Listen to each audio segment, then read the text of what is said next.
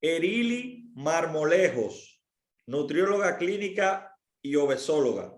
Pero eso, antes era nutrición clínica, ¿verdad que sí, doctora? Sí, de hecho, nutrición clínica es la base.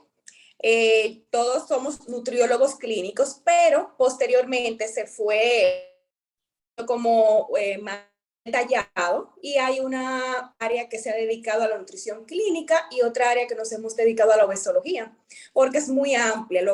La persona con obesidad es un paciente complejo, entonces necesita de mucha atención también especializada. Ya, qué bueno encontrarla por aquí en Estación de Salud, porque hay 1.000.000 de cosas que queremos saber de la nutrición y de las dietas y relacionado muchas veces no solo a la obesidad, sino a las enfermedades que pueden aparecer como consecuencia de esta, como hipertensión, como diabetes. Y nos gustaría saber, doctora,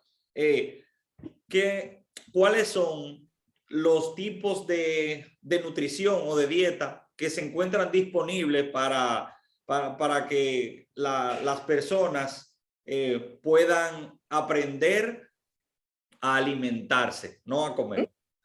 Sí, y así como mencionaba, doctor, que realmente no es solamente, casi siempre cuando mencionamos nutriólogo nos vamos a pérdida de peso, pero no es porque mi carrera me guste tanto y la disfrute tanto. Nosotros los nutriólogos bailamos en todo, o sea, la nutrición tiene un papel importantísimo en casi todas las enfermedades, tanto a nivel preventivo como a nivel también terapéutico, o sea, de tratar las enfermedades. Y usted mencionaba dos claves, que son la hipertensión, la diabetes tipo 2 especialmente, que están muy relacionadas a la alimentación, al estilo de vida. Entonces, hay muchísimos tipos de dietas. Si nos vamos al concepto original de lo que es dieta, hay tantas dietas como personas en el mundo. ¿Por qué? Porque la dieta no es más que esa conducta alimentaria que tiene cada persona, lo que cada persona consume diariamente en su día a día, esa es su dieta. Nosotros hemos asociado por años que dieta es pasar hambre, es dejar de comer, es comer menos para perder peso casi siempre. Y en ese sentido, pues se ha distorsionado un poquito lo que es dieta como tal. Ahora bien, hay sí muchas dietas o patrones alimentarios o algunos regímenes de pérdida de peso, de manejo de enfermedades, y entre ellas vamos a encontrar muy famosas la dieta keto, vamos a encontrar el ayuno intermitente, vamos a encontrar la dieta mediterránea, encontramos dietas de sustitución, pero tenemos dietas aún más extremas como dietas de jugos, dieta de la manzana, dieta de la piña y dieta de lo que usted se pueda imaginar, No doctor. me diga eso, doctora. ¿De manzana? De verdad, Ay, mire, santo Dios. yo lo digo así como tal vez y suene como en broma, pero ya yo tengo aproximadamente 12 años ejerciendo como nutrióloga. Yo creo que en estos 12 años yo he escuchado de todo. Ya nada me sorprende cuando me dicen, duré una semana a sopa o una semana a piña o una semana a manzana y lo han hecho. Entonces son patrones de alimentación muy peligrosos, muy dañinos, que ponen mucho en riesgo y que metabólicamente afectan tanto a esa persona que después se hace cada vez más difícil lograr, primero, que se adapte a una alimentación saludable y además de que su respuesta se ve afectada en ya un tratamiento posterior. Sí, doctora, nosotros tenemos a usted hablando y yo pensando que muchas veces hemos tenido pacientes que dicen, doctor, estoy en una dieta. Sí, sí, ya yo he perdido 12 libras. Le estoy poniendo un ejemplo. Ya yo he perdido 12 libras, sí, pero ya voy a comer porque ya no puedo perder más. O sea, no se tiene el concepto de cambio de hábitos, sino una dieta que va a durar 2, 3, 6 meses. Usted va a llegar al objetivo que usted quiere y después usted vuelve otra vez a su pisita y a sus cosas. Exactamente, y ahí radica el principal problema, porque el enfoque debe ser, y de hecho hace ya, bueno, este año voy a tener 4 años que escribí un libro, se llama Cero Dietas, precisamente. Es una guía para estilo de vida saludable y el enfoque de Cero Dietas es justamente enseñar a que no es algo pasajero, no es que yo voy a llevar esta dieta para perder tantas libras y después ya voy a volver a mi alimentación habitual, porque entonces ahí viene el temido rebote, ese tema de que subo, bajo, y así se pasan años de su vida. Y eso afecta muchísimo en la salud, se pierde mucha masa muscular, en cada sube y baja, el metabolismo se afecta mucho, a nivel también cardiovascular, ese desequilibrio de los lípidos, de las grasas en sangre.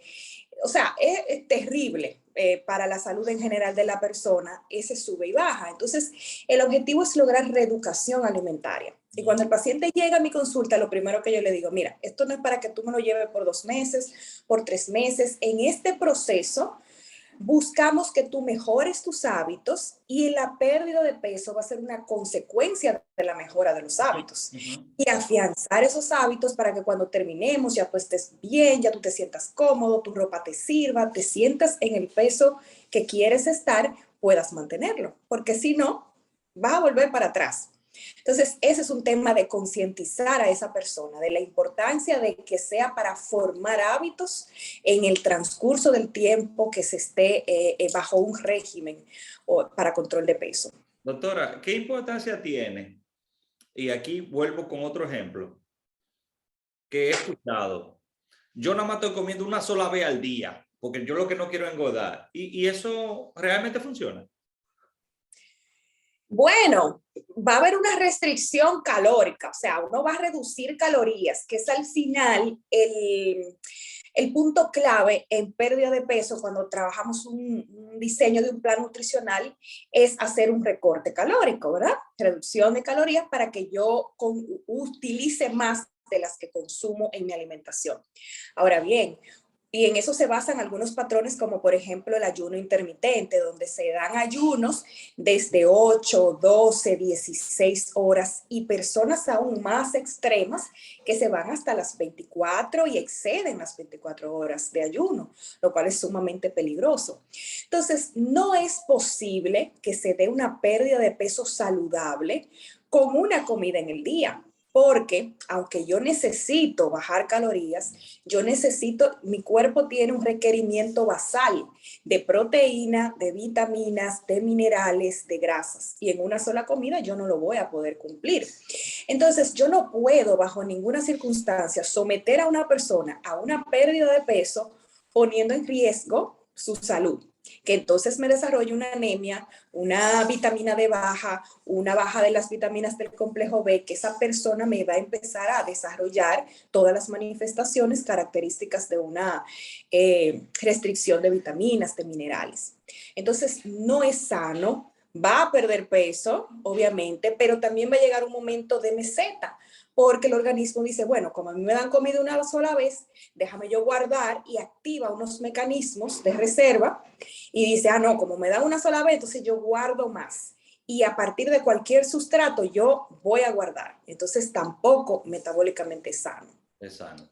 Doctora, entonces mire, para el asunto de las dietas y esas cosas, hábleme un poquito de la keto, usted mencionó inicialmente. La he escuchado y inclusive se ha, yo creo que esparcido la práctica muchas veces sin tener conocimiento, que usted dice que yo con esa pierdo. Explícame un poquito de esa dieta keto. La dieta keto o cetogénica se basa en una restricción total o muy, muy severa de los carbohidratos, porque ese es como que el componente energético de la dieta, de la alimentación. Los carbohidratos están en el pan, en el arroz, en la pasta, en las frutas, en todos esos alimentos. Y lamentablemente a través de los años es el nutriente más satanizado. Todo el mundo le tiene miedo a los carbohidratos. Si tú quieres rebajar... Le tengo miedo, yo. Los carbohidratos tienen su función en la alimentación, tienen una función energética y son necesarios porque si no, no estuvieran creados. Eso es tan simple como eso. La naturaleza es muy sabia. Entonces, con una restricción total, el cuerpo lo que hace es que empieza a utilizar las reservas de grasa para generar energía, porque la grasa también tiene esa capacidad en nuestro organismo. Y entonces cuando se degradan esas grasas, producen una molécula que se llama cuerpos cetónicos, y esos cuerpos cetónicos hacen la función de la glucosa. Como ya no hay glucosa porque no comí carbohidratos, empiezan a actuar los cuerpos cetónicos como combustible. Y esos son los que me van a permitir moverme, pensar, etcétera. Ahora bien, como ese no es el combustible de elección primario, pues obviamente la persona va a notar una reducción en su rendimiento, se va a cansar, va a tener fatiga, va a tener dolores de cabeza. Eso se da especialmente en la primera fase de cuando se está pasando de utilizar glucosa a utilizar cuerpos cetónicos. Y eso es lo que la gente que utiliza mucho la keto le llama la gripe keto o el keto flu. Pasan por este periodo de transición. Por un tiempo prudente, que la literatura nos dice de 3 a 4 semanas, pudiendo extenderse hasta 6 meses bajo una estricta supervisión, pudiera una persona, porque sí, efectivamente ayuda a la reducción de los niveles de grasa, porque si eso es lo que yo voy a estar utilizando diariamente como combustible, toda esa grasita que yo tengo guardada, la voy a quemar. Entonces, ese es el principio básico por el cual tiene tanta demanda la dieta keto.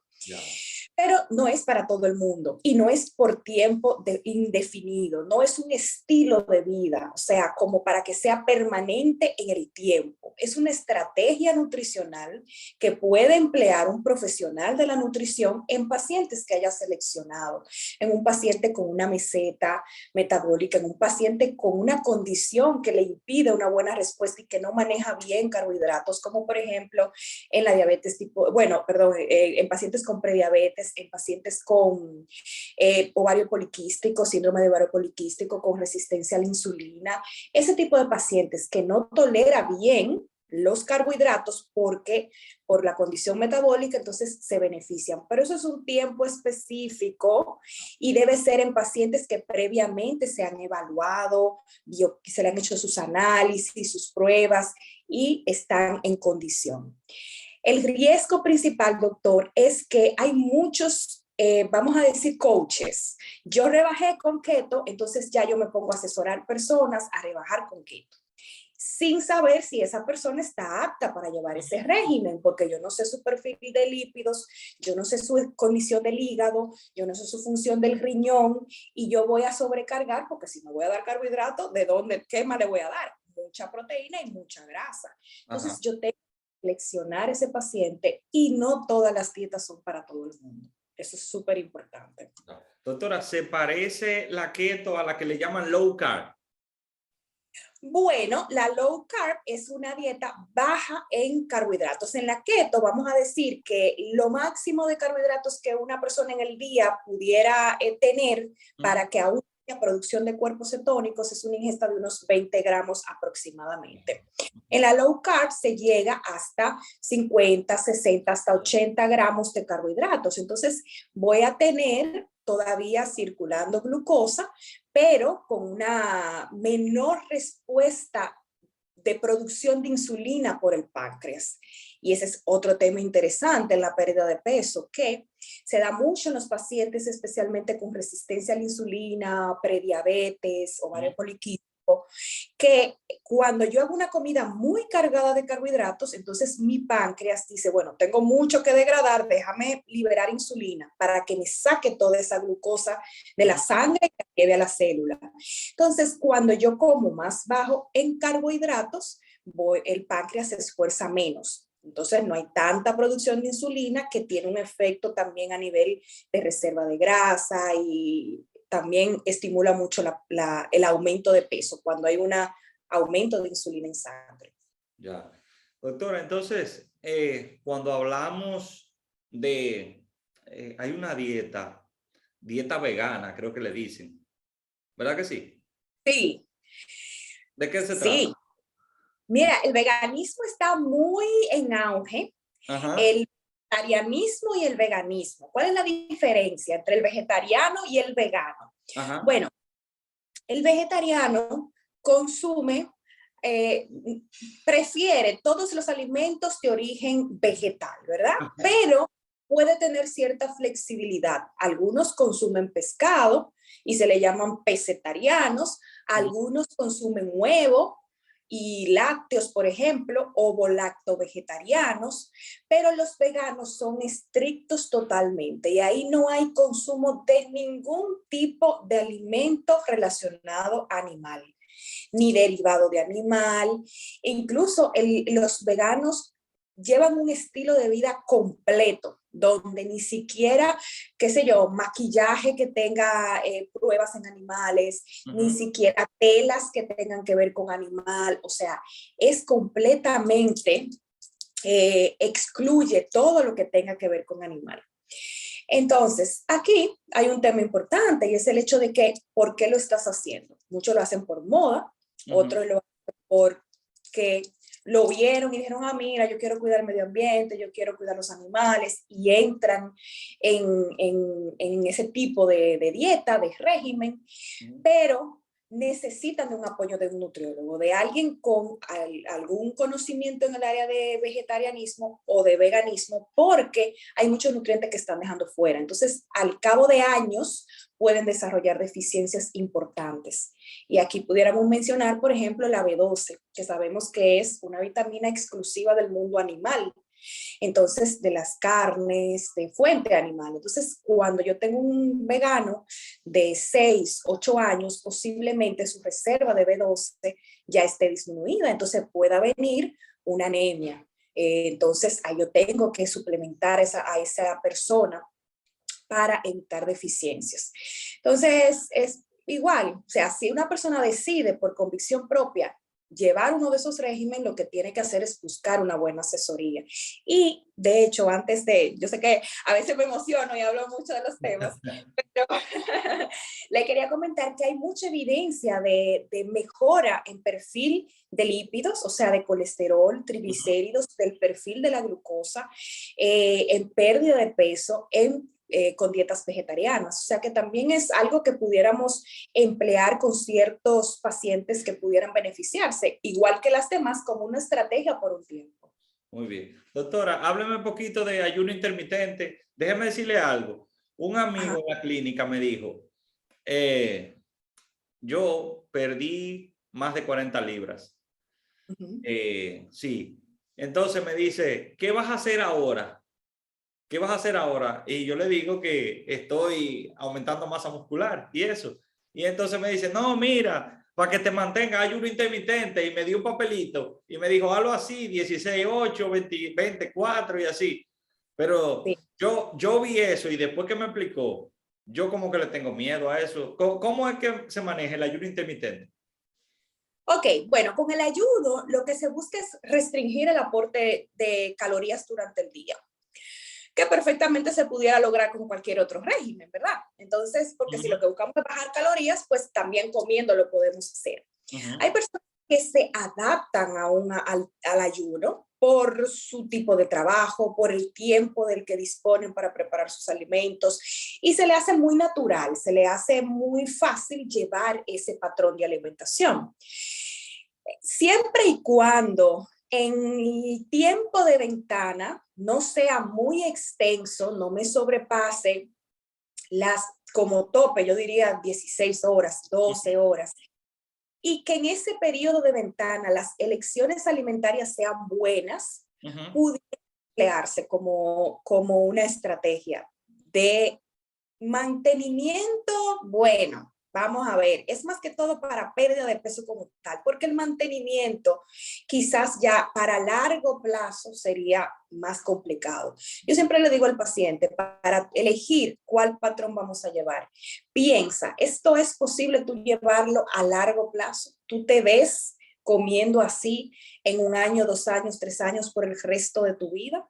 Entonces, esa pregunta es muy importante, porque si ya usted está en mantenimiento e incluso busca aumento de masa muscular, pues en su caso quizás requeriría un aporte adicional de proteína, una reformulación de las calorías del día. Entonces, quizás no la vamos a alcanzar con 2 comidas en el día. Entonces, yo tengo que ponerle o meriendas o comidas adicionales porque yo necesito para ese músculo que va a estar en crecimiento un aporte X. Entonces hay que evaluar, por eso yo le digo, cada paciente es individualizado. Lo que le pueda funcionar a esa persona que no busca aumentar masa muscular, probablemente a usted lo pueda perjudicar en ese objetivo. Entonces esto debe ser individualizado. Primero, selección del paciente, objetivos, determinación de los objetivos nutricionales. No es lo mismo el que quiere perder, el que quiere ganar, el que se quiere mantener igual, sin ganarse de masa muscular ni nada, sino que así estoy bien. Individualizar e irme más allá. ¿Esto lo puedo llevar por más tiempo? Sí, ok. Voy a buscar una asesoría.